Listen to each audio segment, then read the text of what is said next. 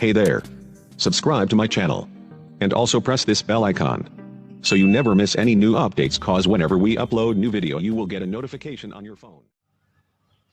So students, today I am going to start chapter 1 relation, class 12th maths.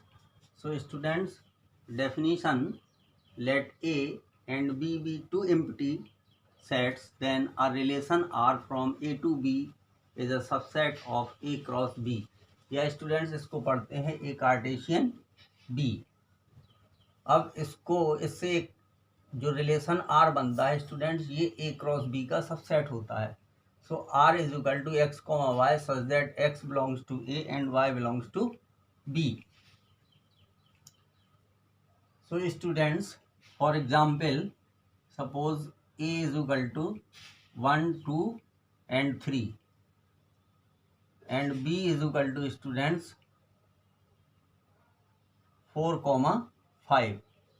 So now students A cross B is equal to, ये हो जाएगा 1 का, देखिए 4 के साथ कर दीजिए तो 1, 4, फिर 1, 5, ये आ जाएगा 2, 4, 2, 5 और 3, 4 एंड 3, 5।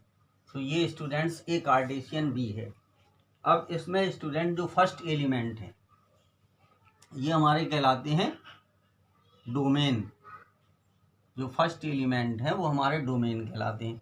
तो देखिए फर्स्ट में ये 1, 2, 3 ये आ जाएगा, तो डोमेन क्या होगा 1, 2 एंड 3। और स्टूडेंट्स इसमें कोडोमेन क्या होगा, कोडोमेन जो होगा वो जो सेकंड एलिमेंट है ये कोडोमेन कहलाते हैं। तो ये हो जाएगा 4, 5। ये स्टूडेंट्स डोमेन और कोडोमेन है। तो ये स्टूडेंट्स एक एग्जाम्पल हमने लिया जिसके द्वारा आपको हमने बताया है कि ए कार्टेशियन बी क्या होता है।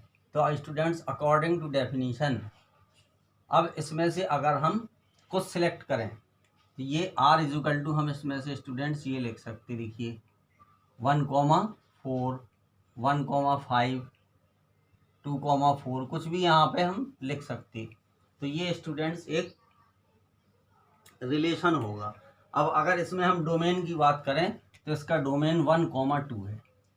इसका जो डोमेन होगा स्टूडेंट्स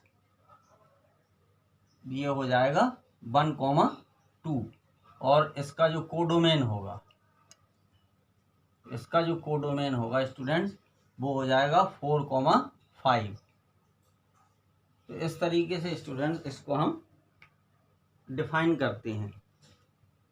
अब स्टूडेंट्स बात करते हैं हम टाइप्स ऑफ रिलेशन। तो ये स्टूडेंट्स अभी जो हमने ये ए कार्टेशियन बी बताया था ये भी एक टाइप का रिलेशन है। इसको इस तरीके से देखिए, जैसे ये मान लीजिए हमने ये लिया 1, 2, यहाँ पर हमने ले लिया ए, बी और सी। अब मान लीजिए 1 रिलेटेड है ए से, 2 जो है वो बी और सी से रिलेटेड है। तो ये एक रिलेशन स्टूडेंट्स हो गया। इसको हम अगर कार्टेशियन फॉर्म में लिखें या आर इज इक्वल टू, तो हम इसको ये भी लिख सकते, देखिए 1 का रिलेशन ए से है, फिर 2 का रिलेशन बी से है और इधर 2 का रिलेशन बी से है। तो इस तरीके से हम रिलेशन को रिप्रेजेंट करते हैं। और ये 1, 2 जो है वो डोमेन हो जाएगा और ए, बी, सी जो है ये हमारा कोडोमेन होगा।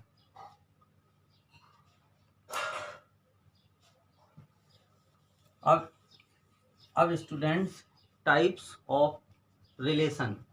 फर्स्ट है students reflexive relation. A relation R is said to be reflexive. ये स्टूडेंट्स इधर लिखा हुआ है, ये a relation R is said to be reflexive if x, x belongs to r। यानी students if anything is equal to itself then उसमें reflexive relation होगा। फिर स्टूडेंट है symmetric relation. A relation R is said to be symmetric if x, y belongs to r, implies that y, x belongs to r for every x, y belongs to a। या इसको इस तरीके से भी लिख सकते कि x related to y implies that y related to x for every x, y belongs to a। इसके बाद स्टूडेंट्स ट्रांजिटिव रिलेशन है। A relation R is said to be transitive if and only if x, y belongs to R and y, z belongs to R. Implies that x, z belongs to R for every x, y, z belongs to A. अब students इसके हम students अब हम discuss करेंगे equivalence relation. Students equivalence relation क्या है कि अगर कोई रिलेशन रिफ्लेक्सिव है, सिमेट्रिक है और ट्रांसिटिव है, तब हम कहते हैं कि उसमें एक इक्विवेलेंस रिलेशन है। अब स्टूडेंट्स एक एग्जाम्पल है, let R be a relation on Z. Let R be a relation on Z defined by R equal to A comma B such that a minus b is even.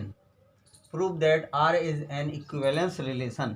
तो सबसे पहले students इसमें हम check करेंगे कि R reflexive है और R transitive है और R सिमेट्रिक है। तो अगर R में स्टूडेंट्स ये तीनों रिलेशन होते हैं तब हम कहेंगे कि R में एक इक्विवेलेंस रिलेशन है। तो अब देखिए स्टूडेंट्स इसको सॉल्व कैसे करेंगे। अब देखिए R इज इक्वल टू क्या दिया गया है, ये है a comma B such that a minus B is even. अब स्टूडेंट्स सबसे पहले हम बात करेंगे रिफ्लेक्सिव। तो रिफ्लेक्सिव में क्या होगा स्टूडेंट्स कि देखिए रिफ्लेक्सिव की जो डेफिनेशन होती है कि अगर a कॉमा a स्टूडेंट्स अगर a कॉमा ए बिलोंग्स करता है किसको, R को, तो अब इसमें क्या होगा स्टूडेंट्स के a minus A equal to 0। अब स्टूडेंट्स क्या 0 2 से डिवाइड है, क्योंकि जो नंबर 2 से डिवाइड होते हैं उन्हें हम कहते हैं इवन। तो a minus A is equal to 0 which is even. तो ये क्या है स्टूडेंट्स, इवन है। So R is reflexive. R क्या होगा स्टूडेंट्स, रिफ्लेक्सिव होगा। अब बात करते हैं सिमेट्रिक की स्टूडेंट्स। तो सिमेट्रिक के लिए अब स्टूडेंट्स हमें पहले से आपको ये पता है कि ए बी यानी a minus B is even. a minus B is even. So students implies that b minus a is also even. That is a b belongs to R. Implies that b a belongs to R. So students R is symmetric. R क्या होगा students, R जो होगा वो symmetric हो जाएगा। तो यहाँ देखिए R इज रिफ्लेक्सिव, फिर यहाँ R इज सिमेट्रिक। अब स्टूडेंट्स बात करते हैं transitive. So students for transitive अब देखिए a minus B is even. अब students a minus b even है क्योंकि हम यहाँ पे 3 नंबर ले रहे हैं a b और c। a minus b is even and b minus c is even। तो अब अगर स्टूडेंट्स ये 2 नंबर इवन हैं तो इससे क्या इनका सम यानी a minus b plus b minus C